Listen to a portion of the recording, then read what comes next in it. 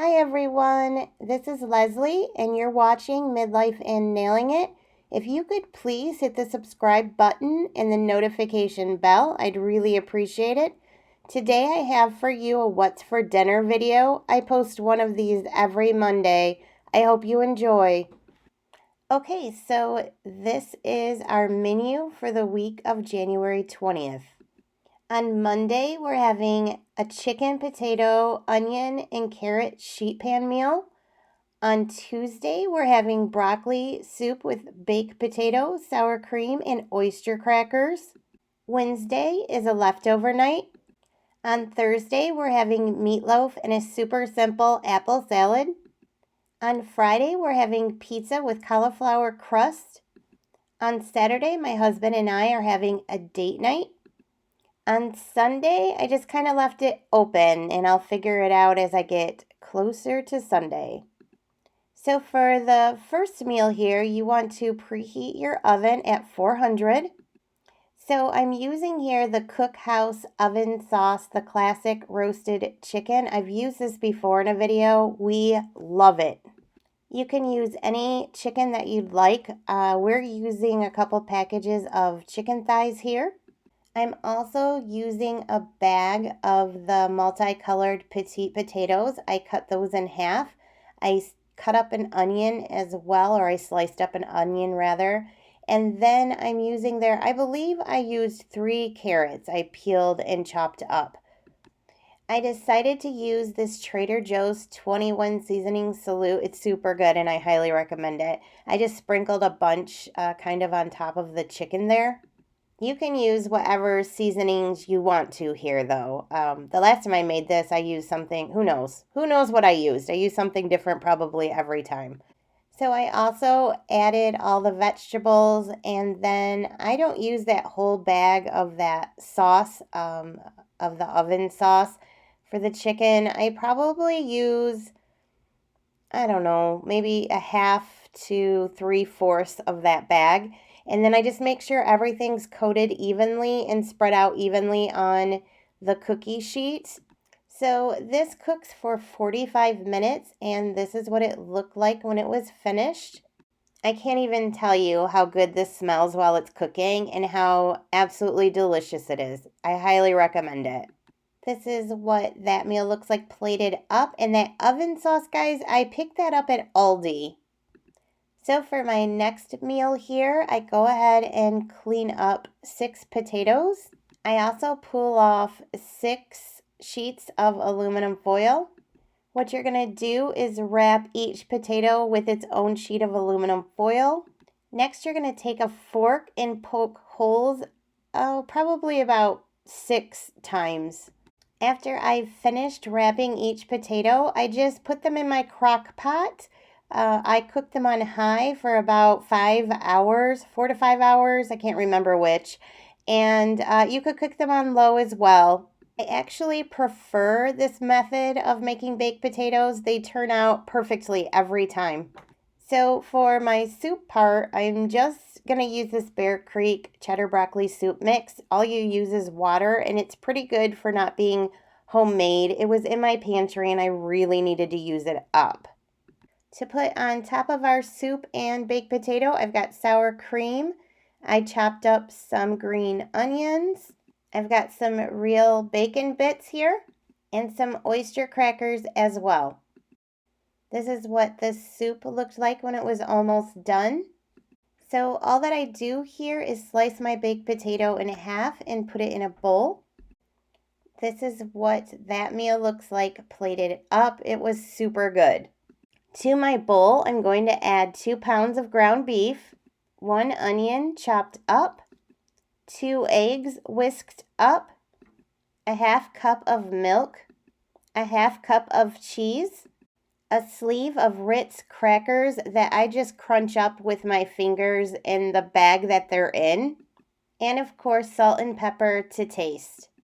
So I just throw everything into my bowl and I use my hands and mix everything up really well, making sure everything is incorporated. This is actually the Cracker Barrel meatloaf recipe. You can find it on Pinterest. I kind of tweak the sauce a little bit but the meat mixture part is exactly the same. So you want to make sure that you spray whatever casserole dish or meatloaf pan that you're using with some cooking spray. So this is what it looks like once I get my meat mixture into my casserole dish. For the sauce, I mixed together 1 cup of brown sugar, 1 cup of ketchup. You're also going to need 2 teaspoons of mustard. So I just quickly whisk all of that together. So all I do is pour the sauce on and smooth it over with a spatula. This bakes in a 350-degree oven for an hour and 15 minutes. So while my meatloaf is baking in the oven, I'm putting together one of my favorite side salads. You're going to need some romaine lettuce. And then you're going to need 2 apples. I have a red Gala apple, and I have a Granny Smith apple as well. I'll also be using some poppy seeds, and I use this Panera Bread Fuji apple vinaigrette dressing. So I just chop up my romaine lettuce. I also chop my 2 apples up, and I go ahead and add that to my romaine lettuce. Then I add my poppy seeds. I also add some of the Fuji apple salad dressing. Then I just use my salad tongs and mix everything together. This will keep a couple days. Your apples won't brown or anything because of the vinaigrette, and it is so good. So this is what the meatloaf looks like when it is done. It does create a lot of grease like all meatloafs do. So what I do is I cut my meatloaf into quarters, and then I use my spatula with holes in it to get the quarters out, and then I come through and slice my pieces. This is what the meatloaf looks like all sliced up. This is what that meal looked like plated up. It was so delicious. I don't even like meatloaf, and I like this recipe. So I highly, highly, highly recommend the Cracker Barrel meatloaf recipe. So tonight is a pizza night, and 3 of the little pizzas that I'm making actually call for chicken. So I just have this chicken with some salt and pepper and olive oil, and I'm just going to put that in the oven and cook it up. That's what I'm showing you, what I seasoned with. I think I did 425 for like 20 minutes, and it was good to go. The crust that we're using tonight is this cauliflower crust. It's a thin crust, and you can't even tell the difference. You cannot taste the cauliflower in there at all. It's super good. So for the first pizza, I'm just doing traditional pizza sauce, some mozzarella cheese, and pepperoni slices. I do cheese on one side, and then I add pepperoni to the other side. So this is what that pizza looked like made up, and this is what it looked like after it had baked. Each pizza baked at 425 for 12 minutes. For the next pizza, I used Sweet Baby Ray's barbecue sauce, as well as some mozzarella cheese, some of the chicken that I baked up earlier, and a little bit of that purple onion diced up. And this is what that pizza looked like made up, and what it looked like once it was finished baking. For the next pizza, I used this white pizza sauce. I also used mozzarella cheese and some spinach that I made sure I drained super good.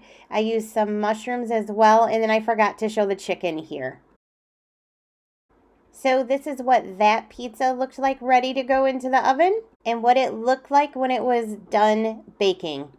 For this pizza, I made my own sauce. That's 2 cans of tomato sauce, 2 tablespoons of butter, and as much hot sauce as you'd like. I'm using chicken as well as some green onion, a little bit of blue cheese, and of course some mozzarella cheese. This is what that pizza looked like all made up, and what it looked like after it had baked. Thanks so much for watching this week. I appreciate all of you, and I'll see you soon.